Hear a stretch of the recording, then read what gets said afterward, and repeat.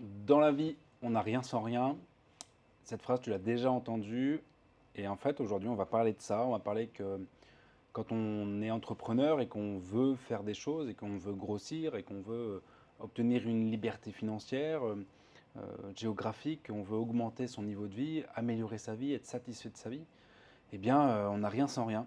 Et dans le sens où il faut vraiment travailler fort pour, pour réussir, pour acquérir les compétences.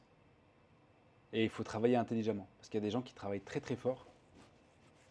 Par exemple, un agriculteur. Un agriculteur, il travaille, il a une charge de travail qui est démentielle.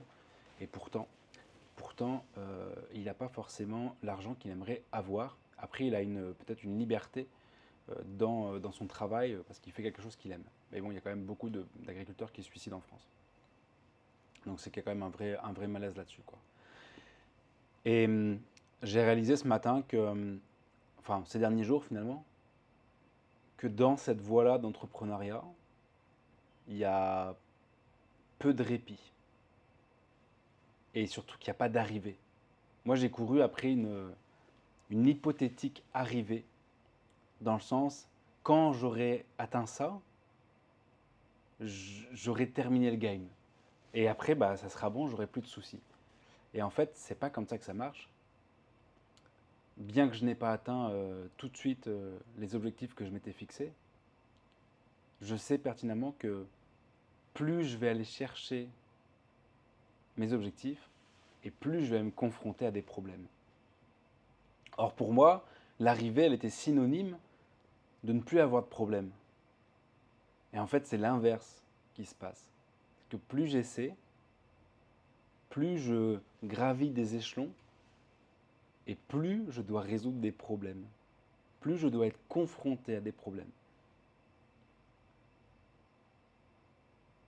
Et je discutais récemment avec une personne qui est entrepreneur, et cette personne me disait qu'elle souhaitait au quotidien rencontrer des problèmes. Ce gars m'a dit, je souhaite avoir des problèmes le plus possible, les plus challengeants possibles, car je veux réussir à les résoudre pour pouvoir progresser. L'entrepreneuriat, c'est vraiment ça. C'est se poser des problèmes, se confronter à des problèmes qu'on n'aurait pas eu si on n'avait jamais essayé, en fait, si on n'avait pas bougé. Et il faut vraiment, du coup, apprécier ce processus-là, de résoudre des problèmes, de se challenger. Et pour moi, c'était l'inverse de ce que je voulais. C'était l'inverse de ce que je voulais. Moi, au début, je m'étais dit, je vais être entrepreneur, je vais essayer de faire des choses, je vais améliorer mon niveau de vie pour ne plus avoir de problème, pour être tranquille. Je rêvais de la Dolce Vita. Je rêvais de juste profiter de la vie. Juste kiffer, tu vois. Mais la réalité, c'est que pour faire ça, bah en fait, il faut pas entreprendre. C'est qu'en fait, il faut rien faire. Parce que plus tu vas essayer, plus tu vas avoir des problèmes. Mais à contrario, plus tu vas essayer, plus tu auras de chances de réussir. Et à partir de là, effectivement, ça t'offre. Le jeu en vaut la chandelle, tu vois. Le jeu en vaut largement la chandelle. J'ai fait une vidéo hier pour dire que, effectivement, parfois je haïssais et parfois j'étais reconnaissant de ce chemin-là. D'ailleurs, je fais une vidéo par jour. Si jamais tu veux t'abonner à la chaîne, je m'appelle Lucas, pour ceux qui ne connaissent pas. Et, et c'est vraiment cette remise en question, tu vois, de réalisation. Cette année, ça a été une année de réalisation. Enfin, ces 6 derniers mois, on va dire, ça a été une année enfin, 6 mois de réalisation en me disant, il n'est pas possible de cumuler une vie tranquille et d'aller courir après des objectifs. En tout cas, j'ai pas trouvé cette solution-là. Et je pensais, enfin, tu vois, j'étais encore dans un état d'esprit où je me disais, bah, tu vois, je vais travailler un petit peu et puis ça va marcher. Et en fait, non, non, de ce que je vois, hein, il faut être tellement obstiné. Il faut être tellement à 100%. Parce que sinon, en fait, ça ne marche pas. Il n'y a pas de hasard là-dedans. Il y a un facteur chance, mais il faut quand même bosser, quoi. Et il n'y a pas d'arrivée. Il y a jamais je pense pas qu'il y a un moment où on se dit, bah ça y est, là, c'est terminé, tu vois. Non, je pense qu'il faut toujours ce truc d'aller chercher et surtout de. Il n'y a rien de magique dans l'entrepreneuriat. Il n'y a rien de magique, il n'y a rien de. Tu augmentes des niveaux et en fait, à chaque niveau, à chaque palier que tu franchis, que ce soit en termes d'équipe, en termes de chiffre d'affaires, en termes d'organisation, en termes de responsabilité, et bah, tu as de plus en plus justement de responsabilités, de plus en plus de problématiques à gérer. Et il y a une phrase que j'avais entendue il y a quelques années qui disait ton niveau d'argent, il est corrélé avec le niveau d'emmerde que tu peux supporter, que tu peux gérer. Et c'est vraiment ça. Et mon pote avec qui j'ai discuté me disait, il y a très peu de gens qui souhaitent aujourd'hui avoir le niveau de problème que j'ai et que je suis en train de gérer. Mais c'est parce que lui, il a les compétences, la structure pour gérer ces problèmes-là, qu'il est là où il est aujourd'hui.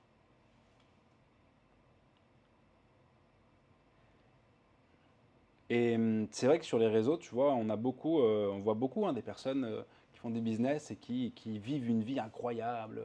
Et tout semble facile, tout semble simple, tu vois. Mais en fait, il y a un niveau de problème qui se pose qui est sans commune mesure par rapport à une personne qui n'entreprend pas. Il n'y a pas d'arrivée, il n'y a pas de répit, il faut être obstiné, il faut être le meilleur, essayer toujours d'être le meilleur dans ce qu'on fait, parce qu'en fait, on n'a pas le choix. On n'a pas le choix parce que si on ne fait pas ça, bah, ça ne marchera pas.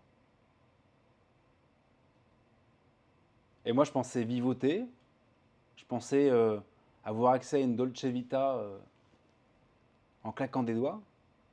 Et en fait, d'une, ça ne vient pas en claquant des doigts. Et de deux, c'est pas possible de cumuler une vie tranquille, sans problème, et un haut niveau de réussite dans un domaine.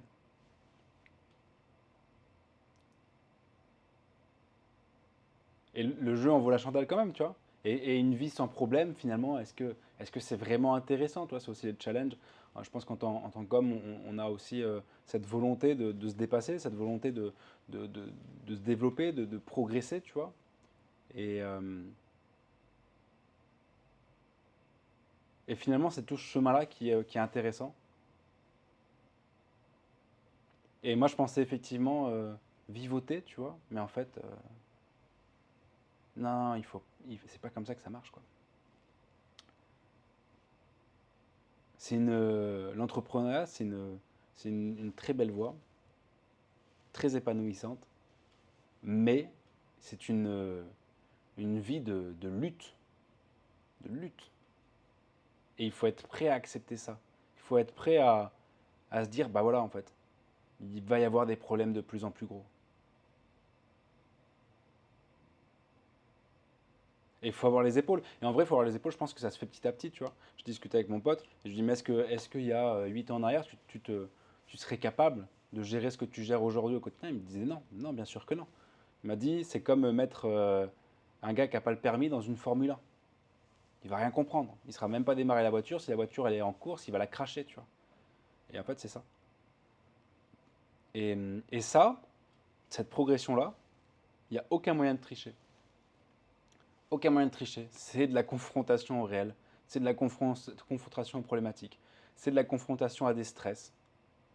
Et c'est comment est-ce que tu réussis à dépasser ces problématiques-là, à gérer ces stress-là, qui vont faire que petit à petit, tu vas être de plus en plus capable.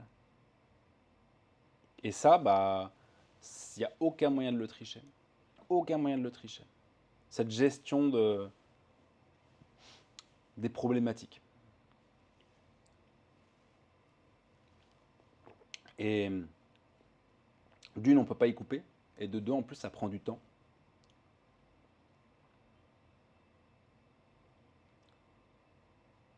Ça prend du temps parce qu'il faut vivre, expérimenter et digérer un petit peu les problématiques qui se sont révélées à nous.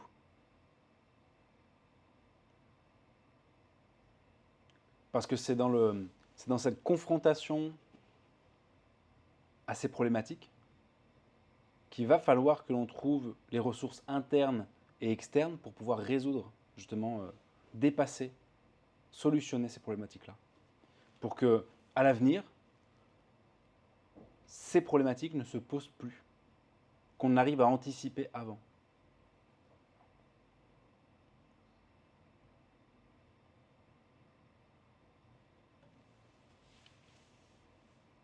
Et c'est vraiment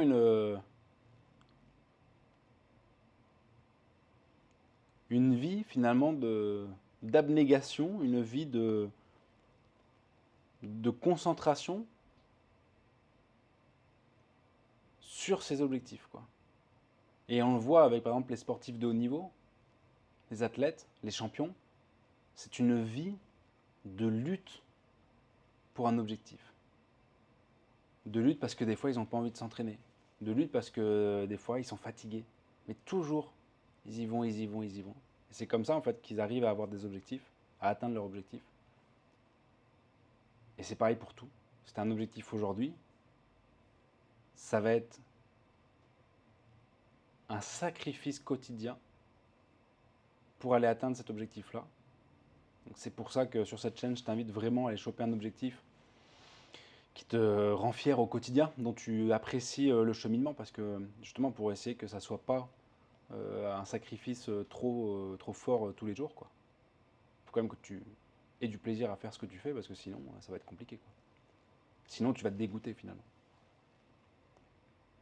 Et parfois devant toute cette obstination, devant tout ce, ce sacrifice, devant tous ces efforts, devant tout ce temps et cette énergie mise à disposition d'un objectif, parfois, je ressens que j'ai peur, parfois, de ne pas être à la hauteur.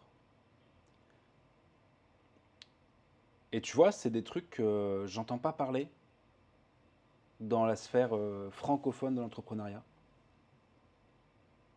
Parce que forcément, c'est pas très vendeur. Mais parfois, effectivement, il peut se poser la question de est-ce que je suis capable d'y arriver? Est-ce que je suis capable d'aller chercher les objectifs que j'ai envie d'aller chercher? Est-ce que j'ai les épaules pour ça? Et quand il y avait une phrase que j'avais entendue de Alec Henry, et il disait qu'il était capable, lui, après des années d'entrepreneuriat et puis de rencontrer énormément d'entrepreneurs, il était capable de déceler si une personne allait réussir, atteindre ses objectifs ou pas. Et c'est quelque chose qui m'effraie beaucoup parce que ça remet en question finalement qui nous sommes et si on en est capable ou pas. Et tu vois, je sais qu'il y a un truc que, par exemple qui me terrifie, c'est que je sais qu'il y a des gens qui essaient toute leur vie et ils n'arrivent jamais à accomplir ce qu'ils veulent accomplir. Ils sont à côté à chaque fois. Ils tournent autour du problème. Ils n'arrivent jamais à comprendre. Ils ont une problématique, ils n'arrivent jamais à la comprendre. Ils tournent autour. Et ils gaspillent. Ils gaspillent. Ils passent tellement d'années de souffrance, de recherche, de lutte, là où d'autres, bah, c'est une ligne droite, quoi, et ça va tout seul. Et ça, non, qu'est-ce que ça m'effraie? Qu'est-ce que ça m'effraie d'être à côté de la plaque? C'est un truc vraiment, c'est ouais, ouais.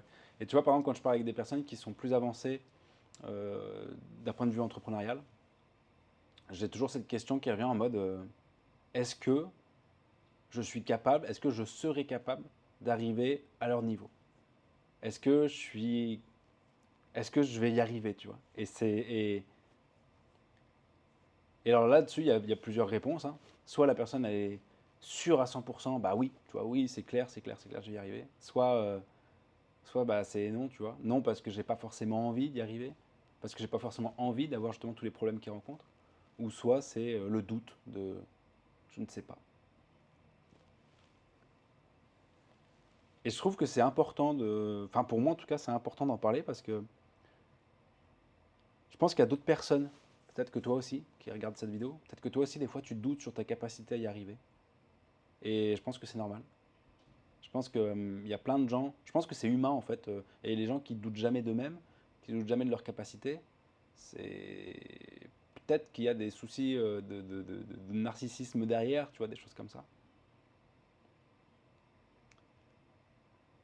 Et ouais, ouais, en fait, ce qui est fou, c'est que ce qui est compliqué, c'est qu'on ne se voit pas progresser.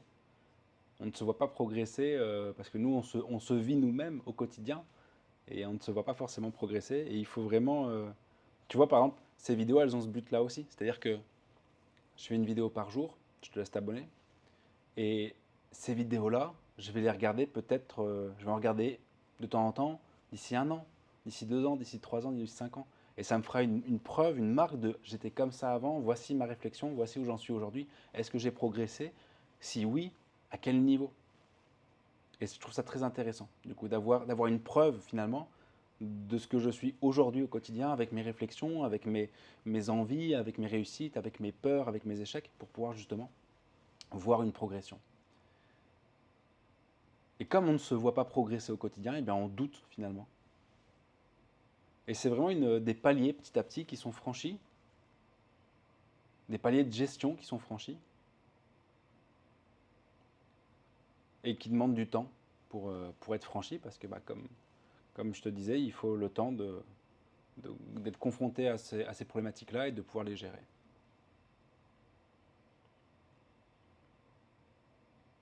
Et malheureusement, sur cette question de est-ce que je suis capable, est-ce que je vais y arriver, est-ce que j'ai les épaules,